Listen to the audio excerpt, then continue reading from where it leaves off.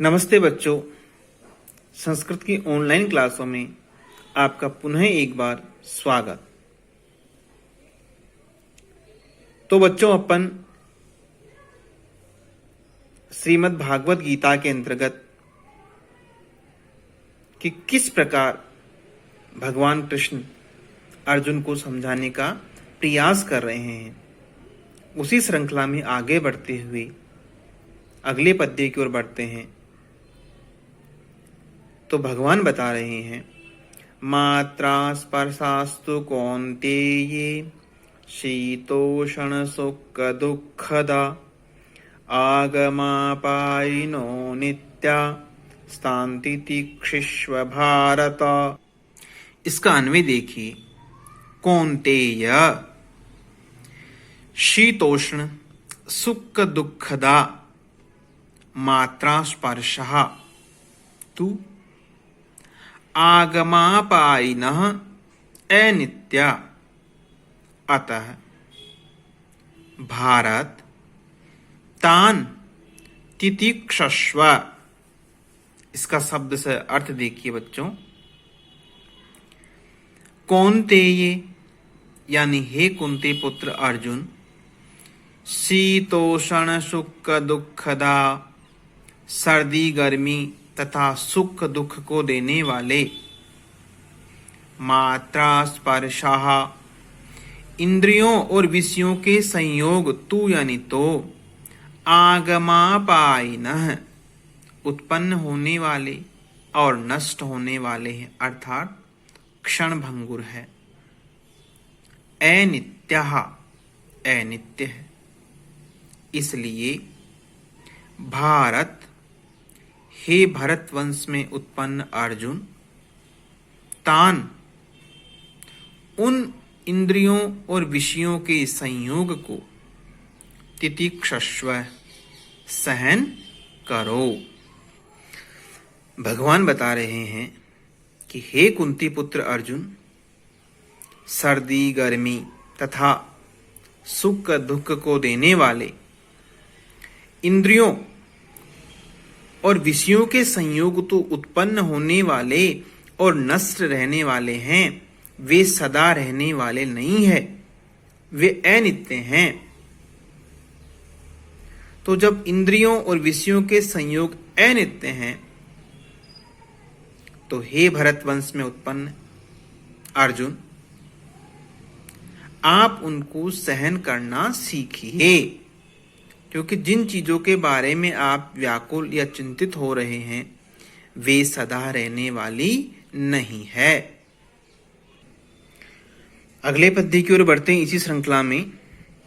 यम ही न व्यथयन्ते ते पुरुषं पुरुषार्षभ सम दुःख सुखम धीरम सो अमृतत्वाय कल्पते।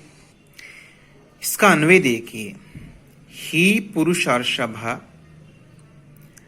सम दुःख सुखम यमधीरम पुरुषम एते मात्रा स्पर्शाः न व्यथयन्ति सह अमृतत्वाय कल्पते। इसका अर्थ देखिए बच्चों। ही यानी क्योंकि, पुरुषार्षभ हे पुरुष श्रेष्ठ अर्जुन, सम दुःख सुखम दुख तथा सुख को समान समझने वाले, यम जिस, धीरम पुरुषम धीर पुरुष को, धैर्यवान पुरुष को, एते ये क्या, इंद्रियों और विषयों के संयोग, न व्यथयन्ति व्यथित नहीं करते, व्याकुल नहीं करते, सह वह पुरुष, अमृतत्वाय यानी मोक्ष हेतु, कल्पते योग्य होता है। भगवान अर्जुन से कहते हैं कि हे पुरुष श्रेष्ठ अर्जुन, जो व्यक्ति सुख और दुख में समान रहता है, अथवा सुख दुख को समान समझने वाले या सुख दुख में समान रहने वाले जिस धैर्यवान पुरुष को ये इंद्रिय और विषयों के संयोग व्यथित नहीं करते, वह मनुष्य पुरुष प्राप्त करने का या मोक्ष प्राप्त करने का अधिकारी होता है या उसके योग्य होता है। अगले पद्य में भगवान बता रहे हैं, ना सतो विद्यते भावो ना भावो विद्यते सतः उभयोरपि दृष्टोऽन्तस्त्व अनयोस्तत्त्वदर्शिभिः। इसका अन्वय देखिए, असतः तु भावः न विद्यते सतः च अभावः न विद्यते अनयो उभयो अपि अन्तः तत्वदर्शिभिः दृष्टः। इसका शब्दशः अर्थ देखिए, असतः यानी अनित्य, नश्वर जो कोई भी वस्तु होती है उसकी तो तू यानी तो, भावः यानी सत्ता, न विद्यते नहीं होती है, और सतः जो नित्य वस्तु होती है या जो नित्य होता है उसका अभावः अभाव न विद्यते नहीं होता है। अनयो उभयोरपि इन दोनों का ही अंतः यानी तत्व, तत्वदर्शी भी तत्ववेता पुरुषों द्वारा दृष्ट यानी देखा गया है। अर्थात भगवान बता रहे हैं कि हे अर्जुन,